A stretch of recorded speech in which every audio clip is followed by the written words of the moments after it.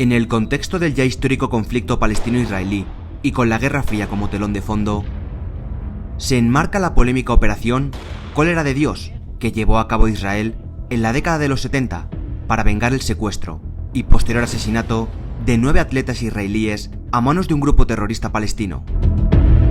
Para hablar sobre la operación israelí Cólera de Dios, hay que remontarse a los Juegos Olímpicos del verano de 1972, cuando el 5 de septiembre, a las 4 de la madrugada, 8 hombres armados, miembros del grupo extremista palestino Septiembre Negro, consiguieron asaltar los apartamentos de los atletas israelíes en la Villa Olímpica de Múnich.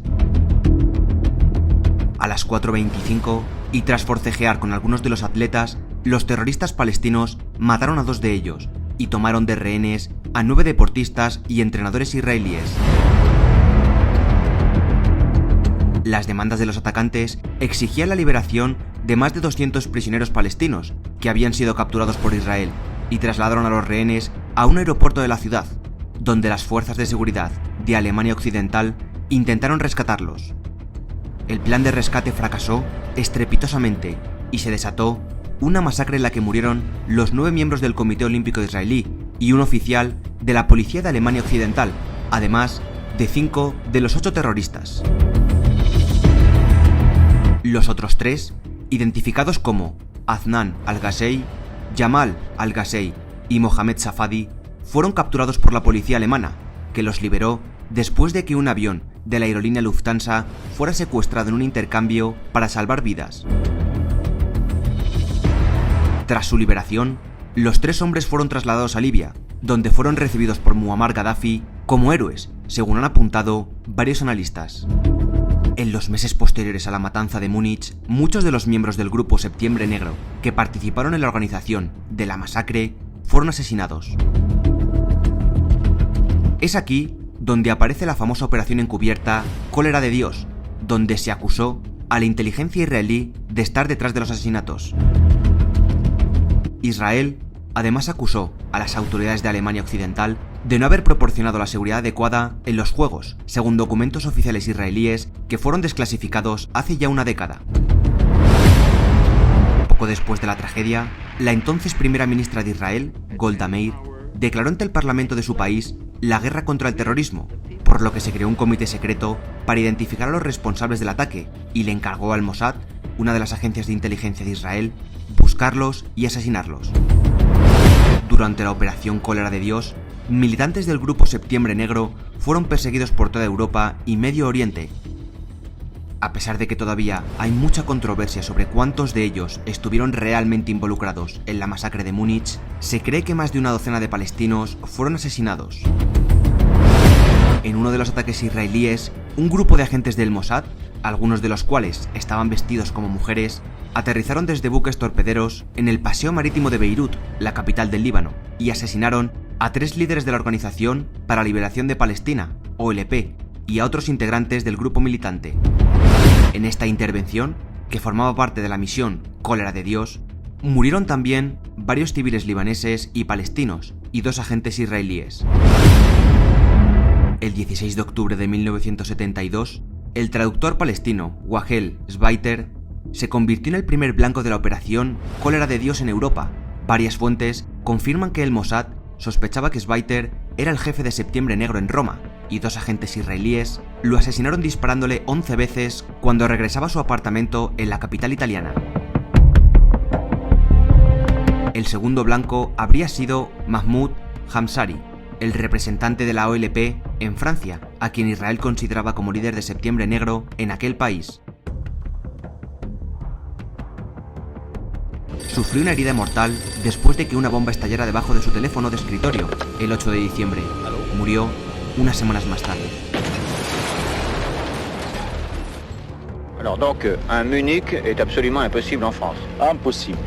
Impossible parce que pour nous, nous considérons que le peuple français est un peuple ami. Une dernière question. Est-ce que vous pouvez vivre tranquille en France? Est-ce que vous ne craignez pas pour votre vie? Pour nous, pour moi, non. Mais je pense qu'il ne faut pas tenter le diable. 4 meses después, el 6 de abril del 73, Basil al-Qubaisi, identificado por medios libaneses como miembro del Frente Popular para la Liberación de Palestina, FPLP, fue asesinado a balazos en una calle de París.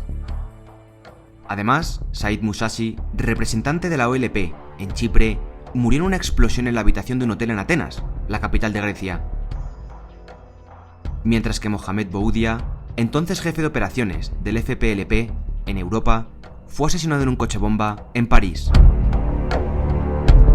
Estos acontecimientos fomentaron la publicación de libros y películas. Por ejemplo, en su libro Venganza, de 1984, el escritor y periodista canadiense George Jonas ofreció detalles de la operación Cólera de Dios.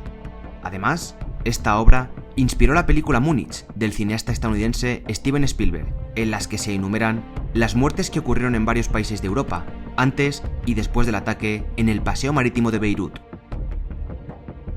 Los principales objetivos de la operación Cólera de Dios eran hacer justicia a las familias de las víctimas y mostrarle al mundo que Israel no iba a permitir la impunidad en crímenes contra sus ciudadanos. De todas formas, hay que mencionar que Israel no logró completar su venganza, pues la inteligencia israelí nunca pudo encontrar el tercero de los atacantes, Jamal al-Ghazei, quien emergió temporalmente de su escondite en el año 1999 para aparecer en el documental Un día en septiembre, en el que apareció disfrazado y con el rostro oculto, y quien afirmó estar orgulloso de lo que hizo en Múnich, ya que, según él, se dio a conocer la lucha de Palestina. En una visita a Alemania en agosto de 2020, el presidente palestino Mahmoud Abbas se negó a pedir perdón por la masacre de Múnich y, en su lugar, acusó a Israel de cometer 50 holocaustos en una rueda de prensa en Berlín junto al canciller alemán Olaf Scholz. إلى يومنا هذا ارتكبت إسرائيل 50 مجزرة في 50 بلدة فلسطينية من دير ياسين لقبية للطنطورة لكفر قاسم وغيرها 50 مذبحة 50 هولوكوست. Su polémico discurso fue condenado por los gobiernos de Alemania e Israel. Yair Lapid, el primer ministro israelí, afirmó que los comentarios de Abbas eran no solo una desgracia moral, sino una mentira monstruosa, especialmente porque se hicieron en suelo alemán, donde aproximadamente 6 millones de judíos fueron asesinados por los nazis durante la Segunda Guerra Mundial. Los familiares de las víctimas han dicho que las responsabilidades de indemnización recaen sobre Alemania por la falta de seguridad y protección a los deportistas en los Juegos. Según reportes de The Times of Israel, Alemania dio a las familias de las víctimas unos 2 millones de dólares inmediatamente después de la masacre y en 2002 les otorgó 3 millones de euros adicionales. Hace solo unas semanas, Alemania acordó darle otros 28 millones de euros a las familias de los deportistas como indemnización, acto que el presidente israelí, Isaac Herzog, calificó como un paso importante del gobierno alemán.